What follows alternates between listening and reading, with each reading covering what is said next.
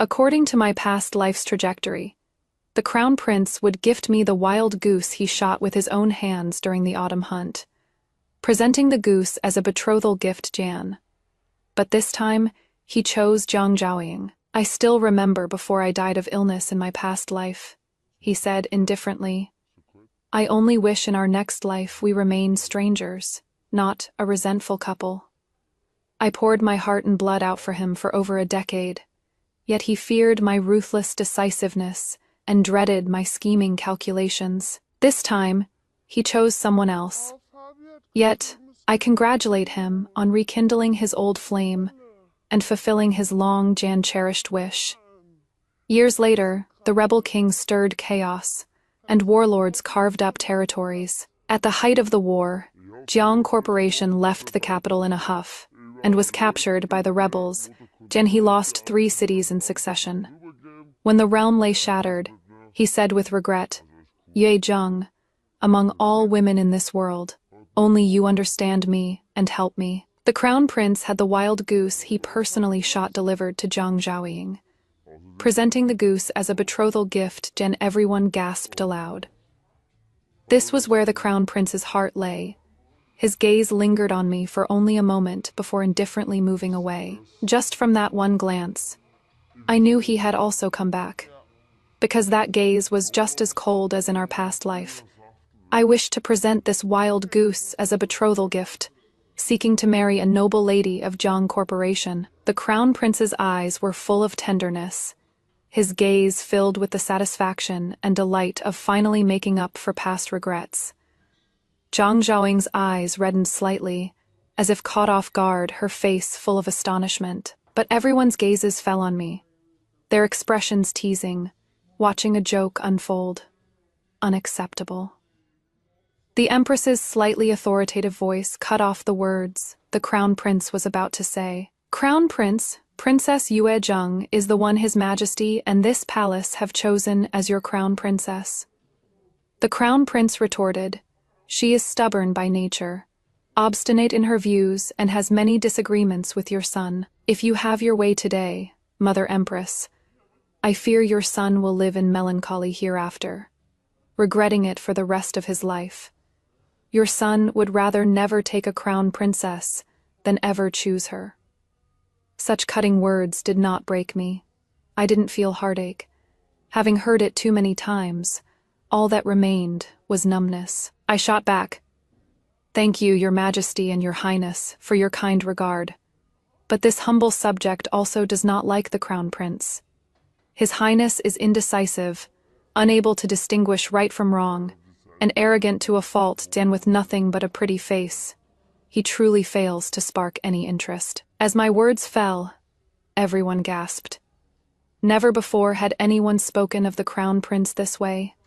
My father is the King of Yue, a regional lord in his own right. When the founding emperor conquered the realm and established the Great Yin dynasty, he enfoffed 7 kingdoms across the land, each ruling a region. Among them were 3 kings of different surnames, and my Yue clan was one of them.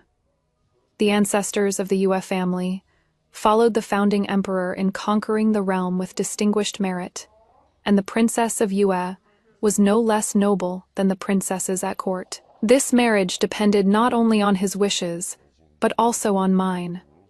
At the end of my previous life, Shi Zhuo and I were always quarreling for no reason, regarding each other as enemies. Having returned to my youth, there is really no need to waste these good years on such things. I said nonchalantly, "Since you've rekindled your old love and fulfilled your long-cherished wish, I naturally offer my congratulations." His expression was stunned for a moment, and he already knew I had returned at the same time as him.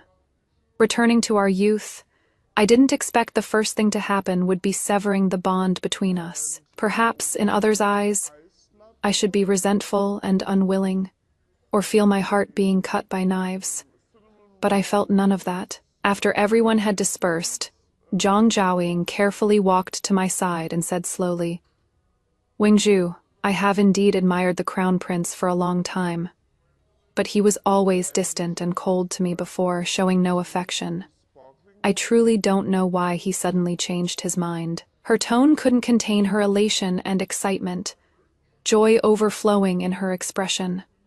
At this time in my previous life, Zhang Zhaoying's feelings were known throughout the capital.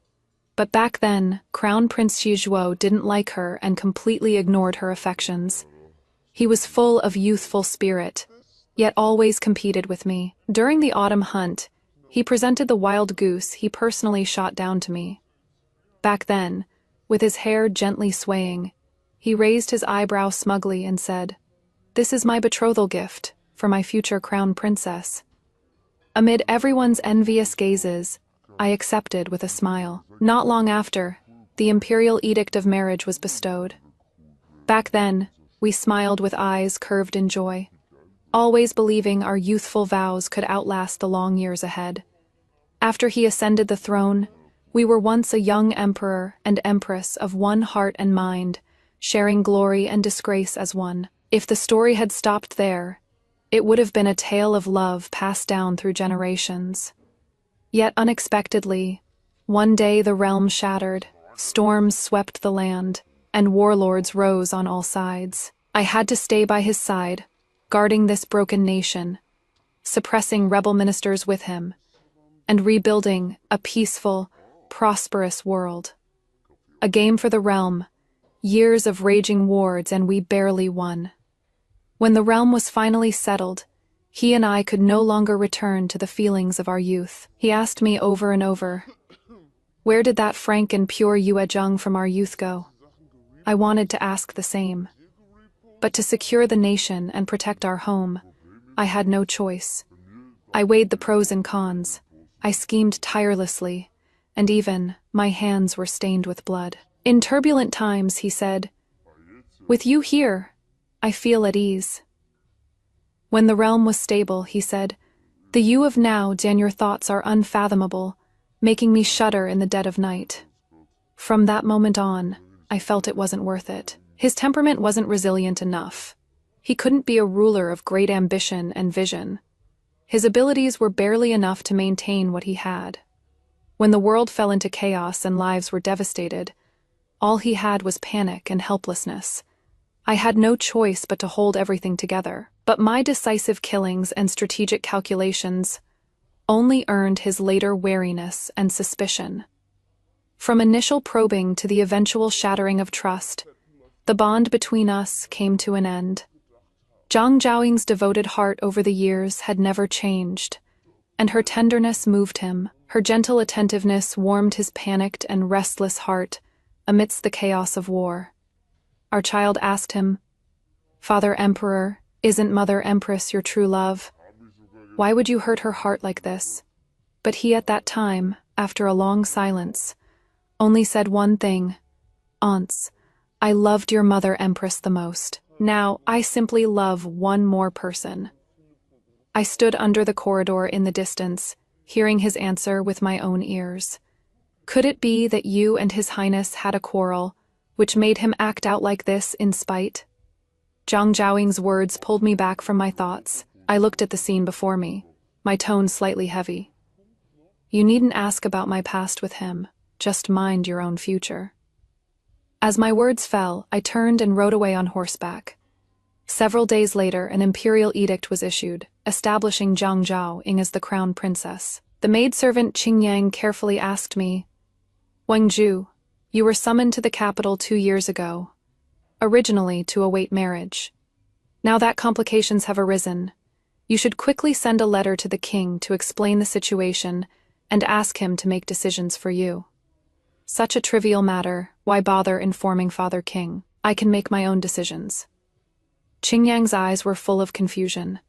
How could the position of crown princess be a trivial matter?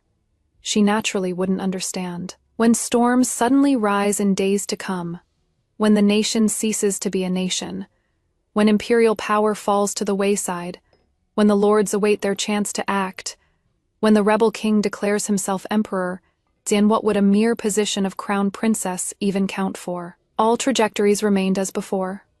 Only the crown princess chosen by Xizhuo had become Zhang Zhaoying. She entered the Eastern Palace, and the wedding ceremony was extremely grand. The wedding procession didn't need to pass by my residence, yet it deliberately detoured here. Drums and music sounded together, very lively. I heard the crown prince personally welcomed the bride, to show his regard. When passing outside my residence, the music and drums sounded especially loud. I flipped through the book in my hands, without lifting my eyes. Such tricks were still the same as in my past life, but I no longer wanted to spare him even half a glance. The Eastern Palace's crown princess suddenly changed, and there was much talk among the people.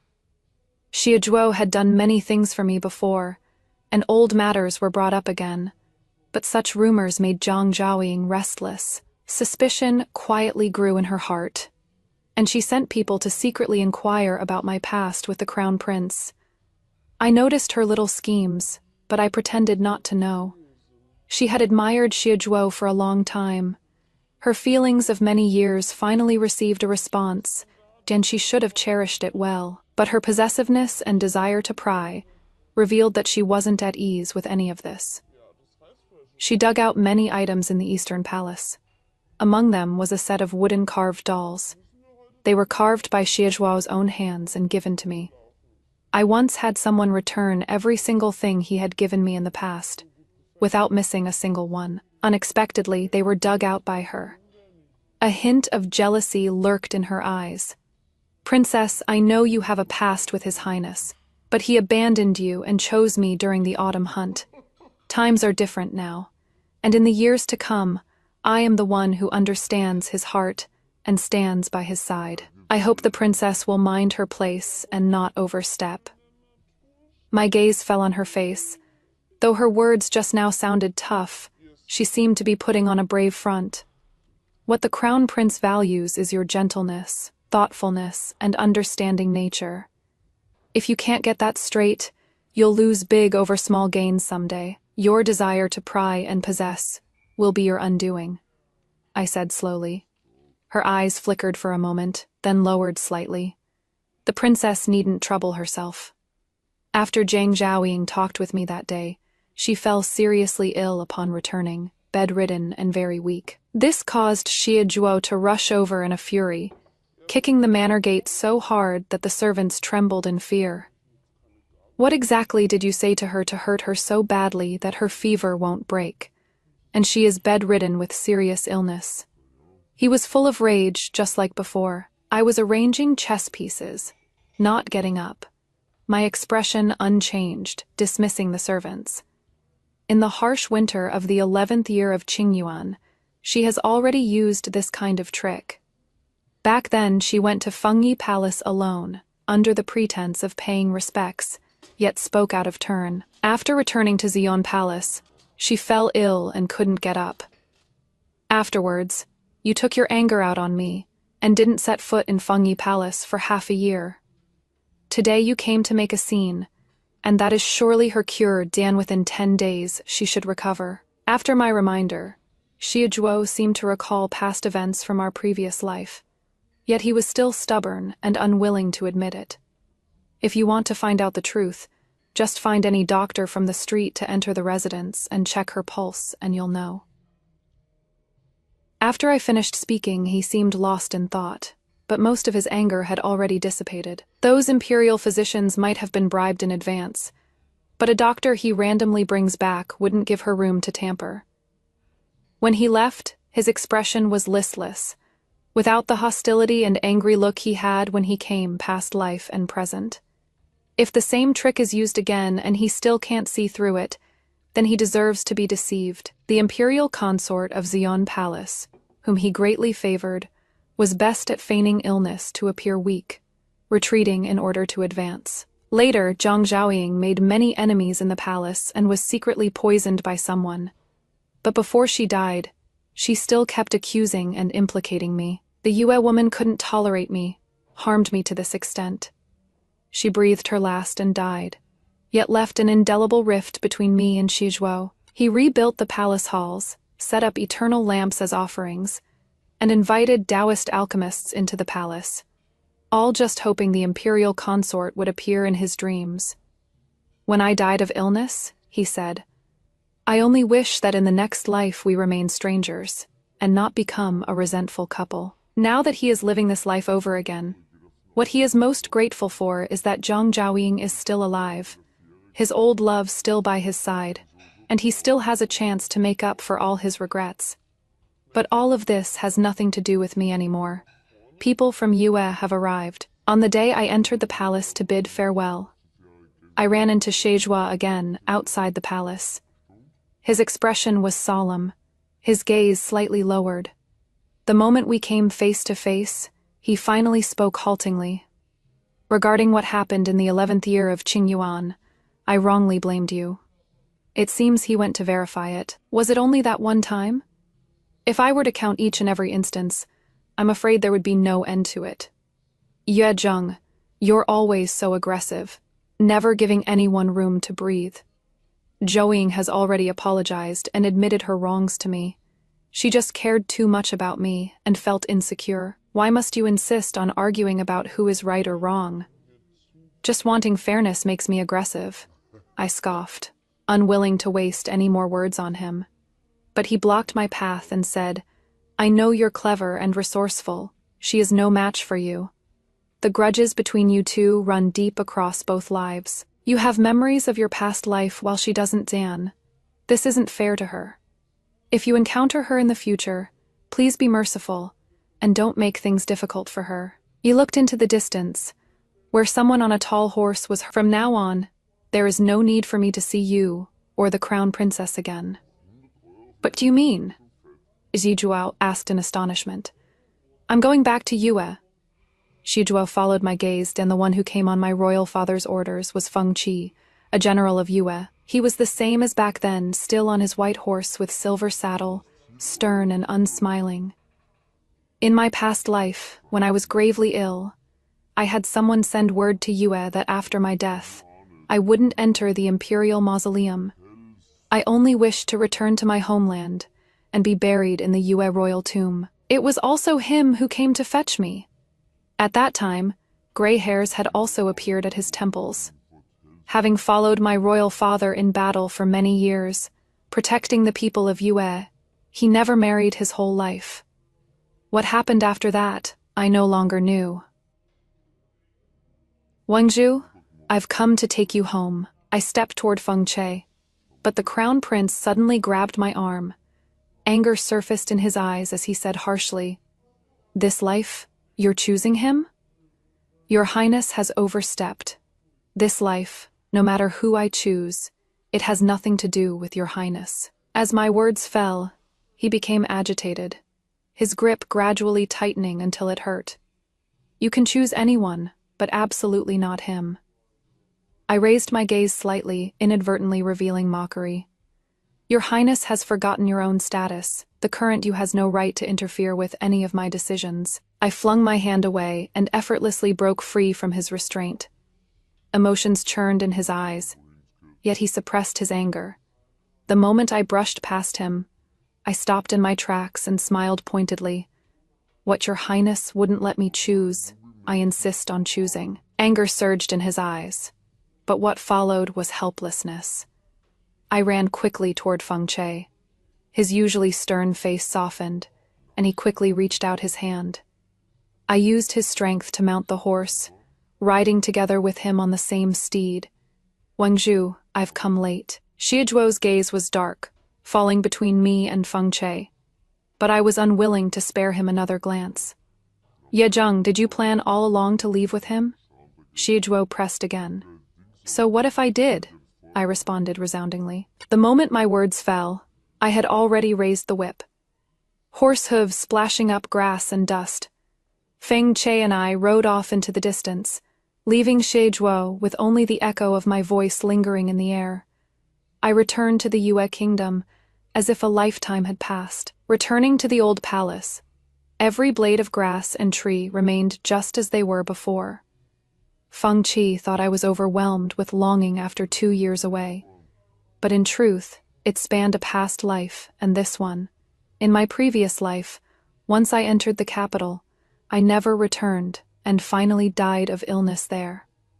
This place was the homeland I longed for, When father learned the marriage was called off, he instead comforted me. The imperial family is complicated, and the deep palace is a difficult place. Better to stay in Yue Kingdom and be free. Back then, His Majesty issued a decree, and we had no choice but to comply. Now that the crown prince refuses, it is actually a good thing. Now seeing father's face again, it feels like a lifetime ago. In my past life, to help the imperial family quell the rebellion, father worked himself sick. Looking back now, none of it was worth it. In this life, Xiejuao's empire is his own to defend. My Yue clan will no longer pour out our hearts and shed blood fighting for him. Father, now that I have returned, I wish to take command of the Feiyun cavalry again. The Feiyun cavalry was personally selected and trained by me. Before I was summoned to the capital, they were my personal guard. Father agreed, but then he said, "Word from the capital says the crown prince's temperament has changed drastically, no longer the same as before. Do you know why? The current Xiejuo is no longer that young man, barely 20. Having lived through the wars of his past life and ruled as emperor for many years, even someone as indecisive as him now carries a certain air of authority and ruthlessness. People always change. Since the crown prince knows the heavy responsibility on his shoulders, he is naturally different from before." I responded lightly. Not long after I returned to Yue, I heard that His Majesty's energy was failing, often suffering from headaches, and the crown prince had already taken over as regent to handle daily state affairs. In his past life at this age, he couldn't shoulder such heavy responsibility. Now the court officials still harbor some doubts about him.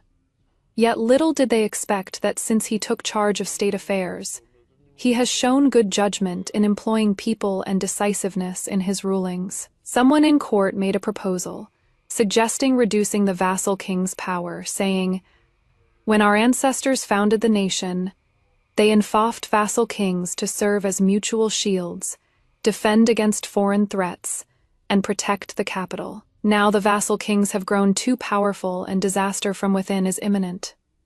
I implore your Majesty to make a decision soon." But that person was not given an important position.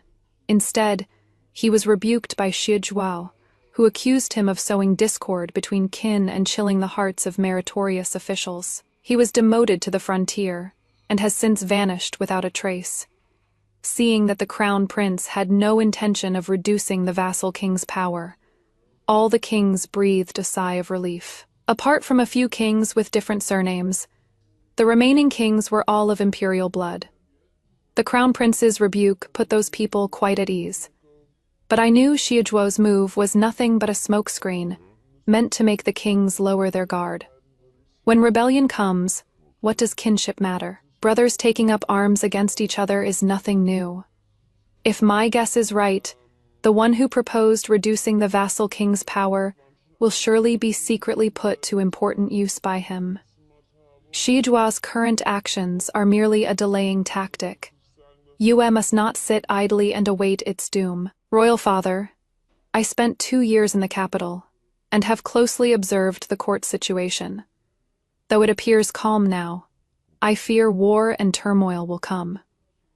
The imperial family and the vassal kings are already like fire and water. If disaster approaches, Yue must have the power to protect itself, so as to shelter its people from the ravages of war. A hint of surprise appeared on Royal Father's face. "Where did you hear this from?" "Father, within 5 years, the crown prince will surely move to abolish the fiefdoms, and the Prince of Yan will surely rebel." My tone was resolute. The certainty and seriousness in my tone caught his attention.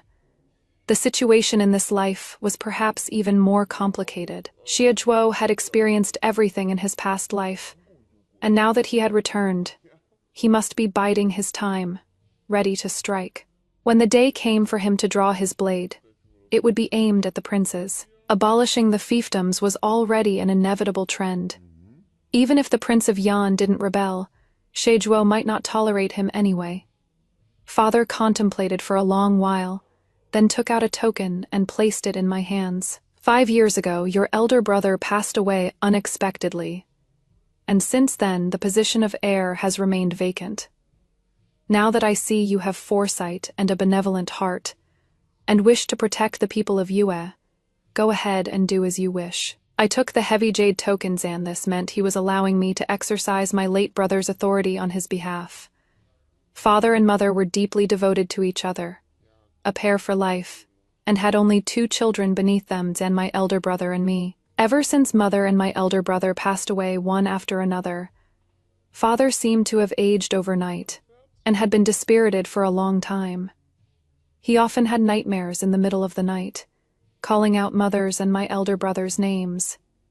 In the previous life, the Prince of Yan rebelled, and other treacherous officials rallied to his cause. In this life, if Shizhuo pressed on step by step, I fear the Prince of Yan wouldn't endure it for long. The great Yin dynasty had been established for 100 years now, spanning several generations, but by the current emperor's reign, the imperial family had declined while the feudal princes held dominant positions. The Prince of Yan occupied the northern lands, with strong soldiers and sturdy horses, watching covetously, full of ambition.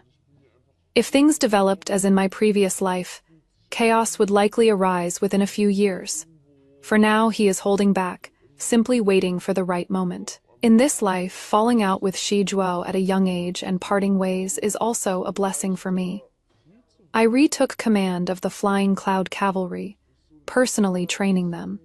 When turmoil arises in the future, that will be when they each show their strengths. I also ordered the fortification of city defenses, recruitment of soldiers, and stockpiling of provisions. I led the palace physicians and personally went to the southwest, spending half a year to resolve the epidemic there. The next time I saw Shizhuo was 3 years later. Over these 3 years, everyone in court and beyond spoke of how diligent the crown prince was, handling countless affairs daily, working from dawn till dusk. Yet he came to Yue in person, all because the king of Yan had openly declared at his birthday banquet that he wished to seek the princess of Yue's hand for his heir. Within 10 days, envoys from Yan had arrived in Yue proclaiming, "We have heard that the princess of Yue possesses ethereal beauty and noble grace, while our crown prince of Yan is handsome and dignified. Both have reached marriageable age and truly a match made in heaven, a perfect pair. We wish to seek the princess of Yue's hand on behalf of our crown prince, uniting our 2 houses in a century Zan-long bond." Once the news spread, it caused a tremendous uproar. All eyes in the realm turned here. Worry appeared in father's eyes as well. Those ministers argued endlessly, spittle flying, each presenting the pros and cons, accept or refuse. Either way was difficult, but they seemed to have forgotten Zan. This decision should be mine to make. Feng Che rushed back through the night, carrying the chill of frost upon him, seeking an audience outside the palace. Requesting an audience with the princess. This general has a plan that can resolve the current dilemma. Outside the hall, heavy snow began to drift down. I put on my cloak and saw him standing under the corridor, his gaze blazing. If the princess is willing to consent to marriage, this general shall be the princess's reason to refuse the proposal. I noticed the dark circles under his eyes, covered in wind and snow. Then he must have worn himself out rushing back all this way. The young general, who had always been calm and composed now, had a hint of unease and nervousness in his eyes. I took the cloak from the maidservant's hands and passed it to him, but the words I spoke the next moment extinguished the glimmer of hope that had surfaced in his eyes. "Thank you for the general's kind intentions, but I am unwilling. I came back through rebirth not to find another man to shelter me from wind and rain. I shall be a tall tree, not a clinging vine." Feng Che didn't know that several days ago, Father King had already mentioned that if I was willing, we could use the excuse that Feng Che and I already had a marriage agreement to refuse Yan Kingdom's proposal. He was a general of Ye Kingdom. If Father King claimed I already had a marriage agreement with him, forging a marriage certificate would indeed be the simplest matter. I was unwilling. Feng Qi did not press for the reason. His expression dimmed, but only for a moment. Then he turned and said to me firmly, "The princess may choose as her heart desires. This general will follow unto death, and will surely keep the princess safe." He departed into the vast expanse of falling snow. But I knew that there was someone else who was eager to stop this marriage. This matter wasn't mine to make difficult. On this trip, he would definitely come. When Shijuo appeared at the palace of Yue, I wasn't surprised. He had concealed his identity, traveling incognito. The king of Yan harbors wolfish ambitions, and his crown prince's marriage proposal is even more ill than intentioned. You should know this. The moment he saw me, his tone was laced with anger. "I know, so what?" I leisurely took a seat, responding nonchalantly. Seeing my utterly indifferent attitude, his voice rose another notch. "Are you planning to marry the crown prince of Yan and become my enemy?" He spoke in exasperation, his emotions running high. Right now, Yan's marriage proposal delegation was still staying at the guest house, just waiting for me to nod. Shijuo should be anxious. If I nodded in agreement, Yan and Yue would form a marriage alliance.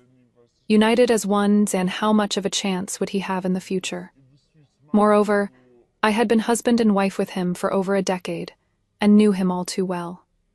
If we were to meet on the battlefield someday, I would be the one who knew all his weaknesses. Not to mention that in my past life I had experienced war firsthand, and stabilized the situation than just my understanding of him alone could give the king of Yan wings.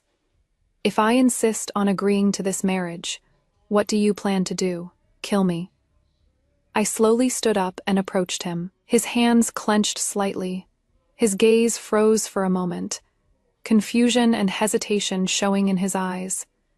After a long while, he slowly said, "Even though in our past life everyone knew we turned against each other, that our bond was completely severed, I never once thought of killing you. Throughout that entire reign, you were the only empress in Fengyi Palace. In this life, even if we can't be husband and wife, I still don't wish to be enemies with you." His words scattered with the wind. I was indeed the only empress in Fengyi Palace, but that was because my Yue clan had distinguished merits, helping him pacify the realm. But later, he had a favored consort whose favor never waned, cherished, and beloved. I helped him escape, guarded Mo City in his stead. Everyone thought the emperor was there, drawing the rebel army's main forces to besiege it, never expecting that only I was in the city. With enemy troops at the gates and danger imminent, I bought him half a month's precious time. If I had known that devotion regardless of life or death would only earn me a cold throne and years of resentment, I would have treasured my life much more back then. I spoke teasingly, yet my words carried a hint of mockery. He fell silent for a moment, a trace of guilt surfacing in his eyes. Shijuo once said I was skilled at calculating people's hearts. Yes, this time I had long calculated that he would definitely come. The one who should be anxious to resolve this predicament was not me, but him. So from beginning to end, I never worried about this. The marriage alliance between Yan and Yue was a great threat to the court. This marriage brought him only harm and no benefit. He would definitely come to stop it. Or rather, he wanted even more to probe what my true stance was. The one weighing the pros and cons had become him. He didn't have the strength to kill me, nor did he dare to act rashly against me. He feared I would become an asset to the Prince of Yan. He understood better than anyone that making peace with me was the best strategy. In the future, in your conflict with the Prince of Yan, I won't become his asset. Upon hearing my words, all the worry in his eyes faded away, replaced by relief. With such a promise from you, I can rest easy. He came here personally just to have me speak this promise with my own lips, and not to aid the Prince of Yan, to stand aside and watch. 5 days later, an imperial edict was issued. The imperial family intended to marry Princess Yongjia of the royal clan to the heir of the Prince of Yan. His Majesty personally bestowed this marriage. The Yan kingdom had no reason to refuse. The matter of seeking to marry the Princess of Yue had always been undecided, and now there was no need to bring it up anymore. The predicament was resolved. Xie had already prepared this edict before coming to Yue. Yan and Yue must never be joined by marriage. Otherwise, all his scheming over the past 3 years would have been for nothing. In my previous life, I married him, and royal father upheld the legitimacy of the imperial family, helping the court suppress the rebellious kings. But in this life, my marital fate with him has ended. When war breaks out everywhere in the future, royal father's stance remains unknown. Xie publicly denounced officials who proposed reducing the feudal lord's power, yet secretly made every preparation. He reorganized the imperial guard, established the Yulin Guard and 18 commandants to protect the capital region, added the southern and northern armies, recruited soldiers without regard to convention, and promoted military talents. Additionally, he established roving inspectors in each province, named Imperial Grace, but in reality meant for surveillance. They monitored local governors and the conduct of various vassal kings. In the capital, he set up the inspectorate to supervise the conduct of all officials, preventing them from colluding with the princes. Every single matter, and he had indeed come prepared. He stayed in Yue for 10 days, yet came to play chess with me every day. His chess style no longer held the indecisiveness of his past life, replaced by a more ruthless resolve. Chess reflects the player. He too had lost the gentleness and benevolence of his past life, becoming sharp and unrestrained. In his chess game, what he laid out was the grand situation of the realm. Seeing his confidence and readiness to strike in his words, I wanted to remind him, but ultimately chose to say nothing. Only when he truly contends himself will he know whether his calculations are flawless, or if he is merely obstinate and self-willed. I slowly placed a piece, and a smile spread across his brows and eyes. Meeting a worthy opponent in chess is a blessing in life. Then, his brows lowered slightly, his tone grave. Unfortunately, the crown princess doesn't understand. She can't read the grand situation of this chess game, doesn't know of the endless war drums and devastation to come. Zan only knows to admire flowers, watch snow, and primp before a mirror.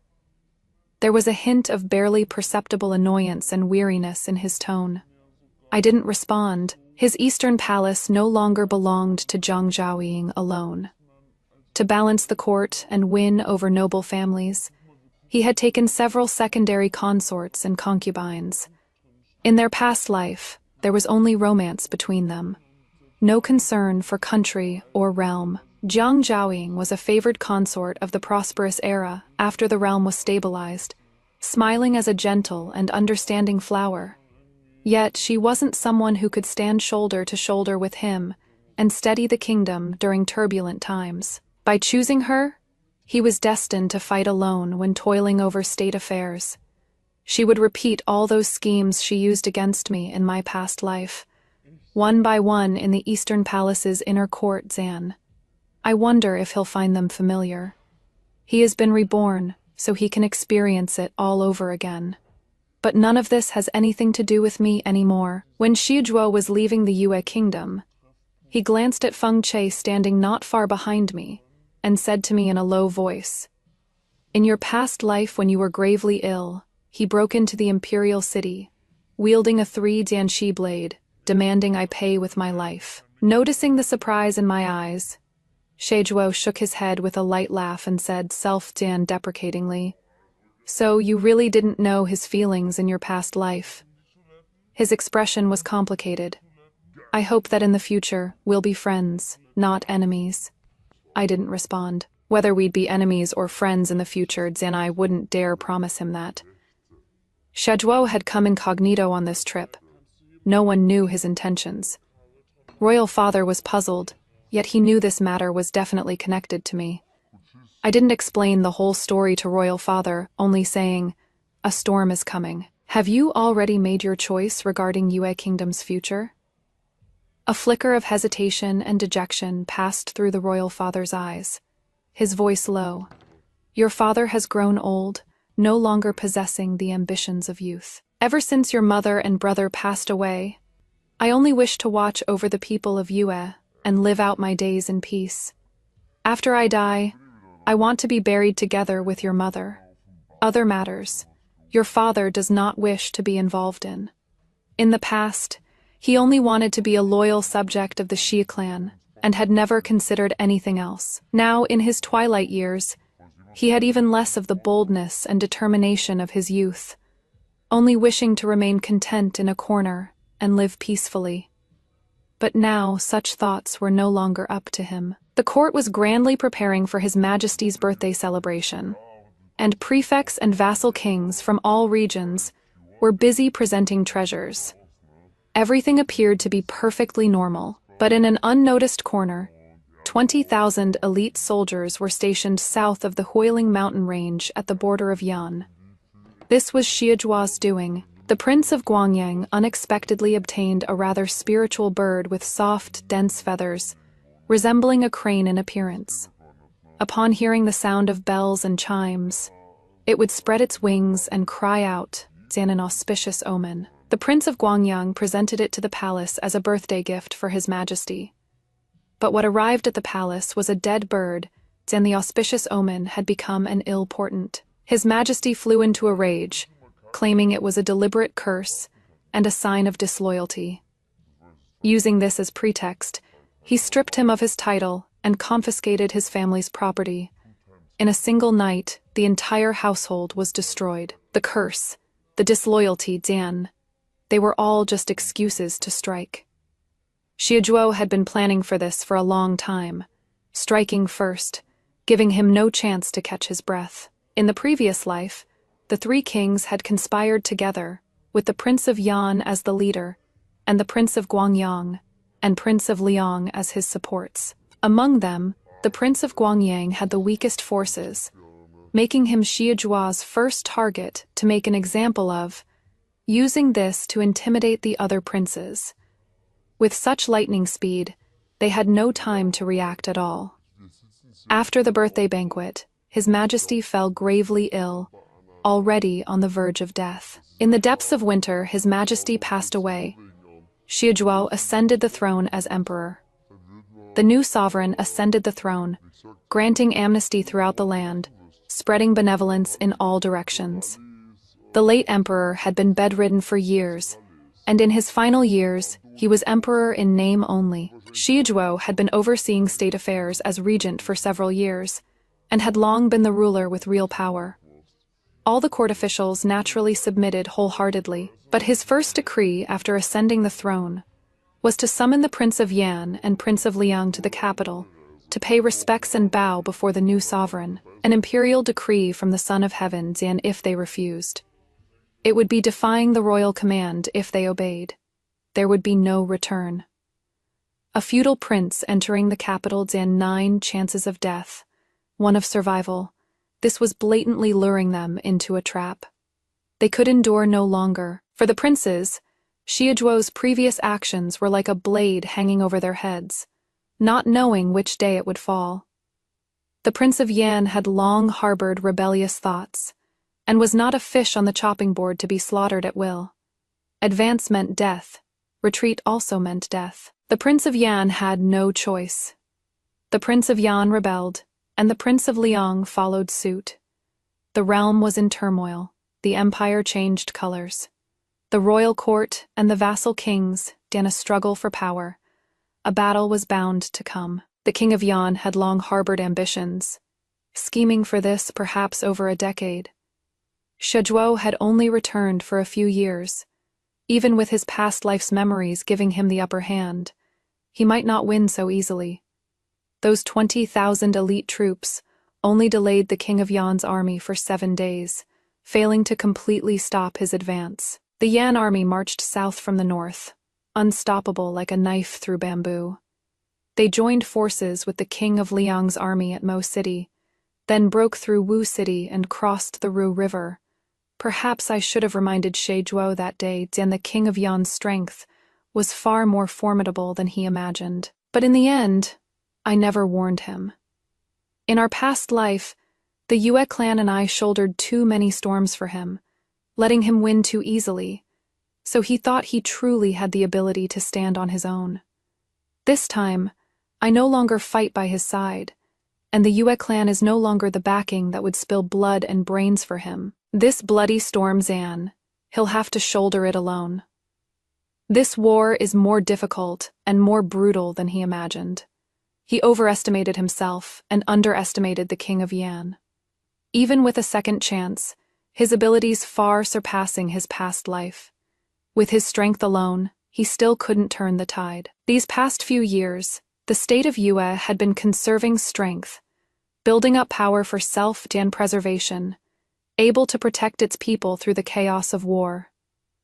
When the King of Yan requested passage through the state of Yue, I firmly refused. That night, he actually launched a surprise attack on the city under cover of darkness and wind. Given his ambitions, he naturally wanted to seize the opportunity to swallow up the state of Yue. But I was already prepared. Only when beacon fires blazed across the city walls and war drums thundered, did he realize he had underestimated his enemy. Clad in fitted combat attire, I stood atop the watchtower, watching his men and horses struck by boulders and rolling logs, fire crossbows shooting in volleys, arrows raining down from the sky, wails of agony unceasing. Prince Yan, I've been waiting, my voice echoed from high atop the city wall. Knowing he had fallen into a trap, watching his men flee in panic, he hastily ordered a retreat. Taking the route through Yue was his first defeat in this campaign. Having suffered a setback tonight, Prince Yan wouldn't entangle himself further with Yue, and he would surely find another path and press straight toward the imperial capital. Father gave me the royal seal. When the nest is overturned, no egg remains intact. If enduring in silence won't bring peace, then we fight. By now, Father also understood that without fighting, there was no way to survive. Whether Prince Yan won or Shizhuo won, Yue would be fish on someone else's chopping board. If Prince Yan won, he would naturally demand the world's submission. Zan Yue would either become surrendered subjects of the Yan clan, or souls fallen beneath the blade. If Shizhuo won, the imperial court abolishing feudal domains would be imminent. Yue was also a feudal domain. Zan when Shizhuo's blade turned, it would point at the Yue clan. With things as they are, the Yue clan has no choice either. The moment my words fell, Father knew what I intended to do. By giving me the royal seal, he granted me authority, and all forces throughout Yue were now under my command. I stood on the heights, gazing toward the capital. Perhaps the capital would fall within half a month. It would come even faster than in my previous life. The wind rose. I stood on the watchtower gazing at the starry sky, murmuring to myself, Zhizhuo, in this life, I only promised not to help the King of Yan. I never said I wouldn't fight for myself, so this doesn't count as breaking my word. In merely 7 days, the imperial city fell, faster than I had imagined. While the war raged on, Zhang Zhaoying left the capital in a fit of anger. In desperate need of capable men, Shizhuo had promoted military talents, and to win their loyalty, showered favor upon the daughters of military families in the harem, neglecting her for a long time. Seeing the imperial city in peril, she left a farewell letter, severed ties with Shizhuo, disguised herself in a palace maid's clothes, slipped out of the city, and planned to flee to an island in the east. But unexpectedly, she was captured by rebel forces along the way. To save her own life, she actually told the King of Yan that all the troops from the 3 western cities had been redeployed to defend the capital. The 3 cities were left empty and unguarded, with only the elderly, the weak, women, and children remaining. The King of Yan took Yancheng, Lucheng, and Gucheng, without shedding a drop of blood. Shizhuo lost 3 cities in succession. After the King of Yan's failed attempt to pass through the state of Yue, he changed course to Lingzhou, sweeping everything before him along the way, meeting no resistance. Now, the capital was in grave danger.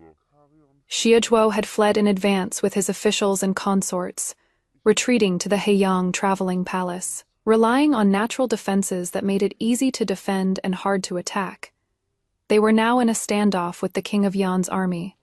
Though no one knew how much longer this stalemate could last.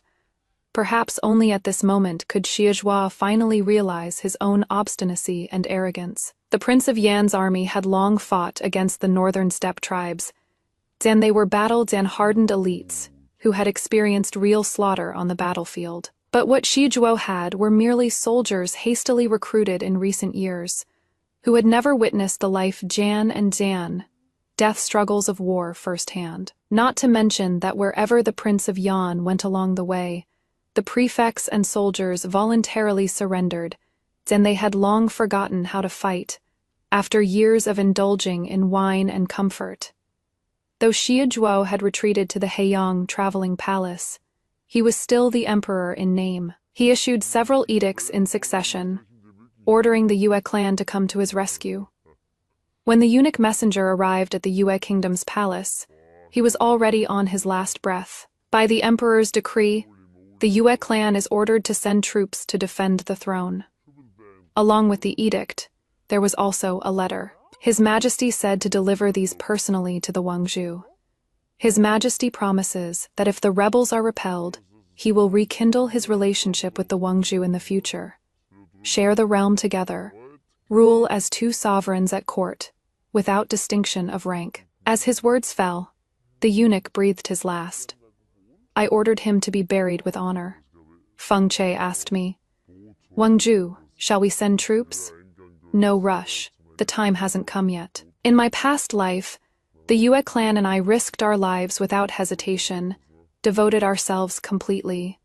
Yet we were never treated well. Now, what makes him think his empty promises can get me to send troops to help him? What I want isn't some two sovereigns at court. Sharing the realm it is the supreme throne. For me alone, in my past life, I show Ed for him. This life, I'll fight for myself. Though the Heiyang traveling palace is easy to defend and hard to attack, the provisions there can only last half a month at most. The King of Yan's forces, having campaigned all the way here, are already an exhausted army, so they've set up camp, waiting for their prey to come to them. Morale at the Heiyang traveling palace has collapsed. Everyone knows that dragging this out is just waiting for death. The stars have shifted. The perfect opportunity has arrived. Soldiers of Yue, march with me, rescue the king, save the throne, and slay the traitors. For today, my preparations are no less than what Xie has done. The Feiyun cavalry is an elite force I personally trained, layer upon layer of selection, years of tempering. All for today's glory. The King of Yan's rebellion is known to all under heaven. Now I raise troops by imperial decree to subjugate him, and this campaign has a righteous cause. I should even thank Xie for handing me this perfectly legitimate banner. This battle has dragged on too long for the King of Yan. His army came from the north, traveling far, and unaccustomed to the climate Zan. They're already showing fatigue. Right now he is deep in the heartland, caught between attacks from front and back. Enemies on all sides. Neither Xie nor the King of Yan ever expected that the 12 southwestern tribes are all my allies. The barbarian tribes aren't good at scheming, but they're fierce and skilled in battle. At my command, they become the blade in my palm. Back then, I brought physicians from Yue to cure the tribe's plague, healed their chieftain, and saved them from peril. In today's battle, they too are willing to lend their full strength to aid Yue. The mantis stalks the cicada, unaware of the oriole behind. The King of Yan's army had long overexerted itself and was already exhausted. My Yue kingdom's grand army had been conserving strength, waiting for this very day. The Yan army was cut off at its heartland by my forces, shattered into pieces like scattered sand. The King of Liang also died in the chaos, severely damaging their morale. The King of Yan's defeat was already apparent, yet he still refused to accept it. What can that Xie brat offer you? I can offer you double. If you help him now, once he secures his throne, He'll surely move against vassal kings of different surnames first. When the birds are gone, the bow is stored away. When the rabbits are dead, the hounds are cooked Zan, that will be your fate. The king of Yan, besieged in his lone city, still tried to sow discord with his words, hoping I could be of use to him. I sat astride my horse, red Zan-tasseled spear pointing straight at the sky, and declared loudly, "King of Yan, both you and Xiejua want me to serve you. But have you ever considered that supreme power is a fine thing, Zan, and I want it too?" The king of Yan's hand trembled as he pointed at me, then threw his head back in laughter. "What a princess of the Yue clan! So ambitious you even dare to reach for imperial power. That Xie brat should see this, and his loss, is well deserved." Yes, Xiejua's loss was well deserved. He had never truly acknowledged my ambition and abilities. His repeated promises still treated me as an appendage from the previous life, only fit to pave the way for him. Stubborn and self-righteous, he trapped himself in his own cocoon. When I breached the city, the king of Yan took his own life. He couldn't accept losing at my hands. Such an ending was just as well. I saw Zhang Zhaoying in the city dungeon. She had been tortured beyond recognition, her flesh a bloody mess. Her lips murmured of hatred. "Who do you hate?" I slowly spoke. "I hate Xiejua," she responded instinctively. She only had this last breath left, this last breath sustained by hatred. "He is about to die. You don't have to hate anymore." I was about to step away when her hand dropped heavily, as if her obsession had finally ended. The king of Yan was dead. The isolated city had fallen. The Heyang traveling palace was no longer under threat. Xiejua's features were gaunt, his imperial robes covered in dust. When he saw me, emotion stirred in his eyes, his voice slightly choked. "Ye Zheng, among all the women in this world, only you understand me and help me. I knew you would come." In my past life, when I relieved him from the siege of Luocheng and saved him at the brink of life and death, he had said the same thing. But later, "What did I get in return?" he continued. "I regret everything I did before. I have wronged you. Then has your majesty thought about how to make it up to me? I will make you my empress, share the realm with you, keep the harem empty, with only you alone." Before his words even finished, the red Zan-tasseled spear in my hand had already pierced through his chest, blood staining his robes, his eyes filled with utter disbelief. The moment he collapsed to the ground in pain, I smiled and said, "But what I want is not to share the empire with you. What I want is the supreme throne, the power over life and death. What you bestow upon me, how could it ever compare to what I seize with my own hands?" Before he drew his last breath, I spoke again. "The Prince of Yan committed treason. His Majesty was slain by him at Heyang Palace. The Xie dynasty ends here. The princess of the Yue clan answered the call to defend the throne, purged the traitors, and rebuilt a new dynasty. The official histories will record it exactly like this. Your Majesty, your vengeance, Dan, I have exacted it for you. You may rest in peace now." His fingers trembled slightly, yet he could do nothing. Official histories, Dan, those are written by the victors. What I speak is the Sodzan called truth that future generations will see. The war has ended, and everything awaits renewal. The Xie clan has fallen, the great Yin has perished. I established a new dynasty, named it Yue, and set the capital at Yujing. I honored my royal father as the retired emperor, but he was already old, holding fast to the royal city of Yue, unwilling to leave. I stood atop Yujing, gazing upon jade towers and palaces, mountains and rivers in splendor. Feng Che stood beside me, puzzled. "Your Majesty seems quite fond of the view here." "It is not the scenery, but the state of mind. Never again will I be trapped in the love and hatred of others. I am the ruler of this world." I chuckled indifferently. Feng Che's gaze was resolute. Then he slowly said, "This subject will devote my entire life's efforts to help your Majesty expand the territory, and pacify the 4 barbarian tribes.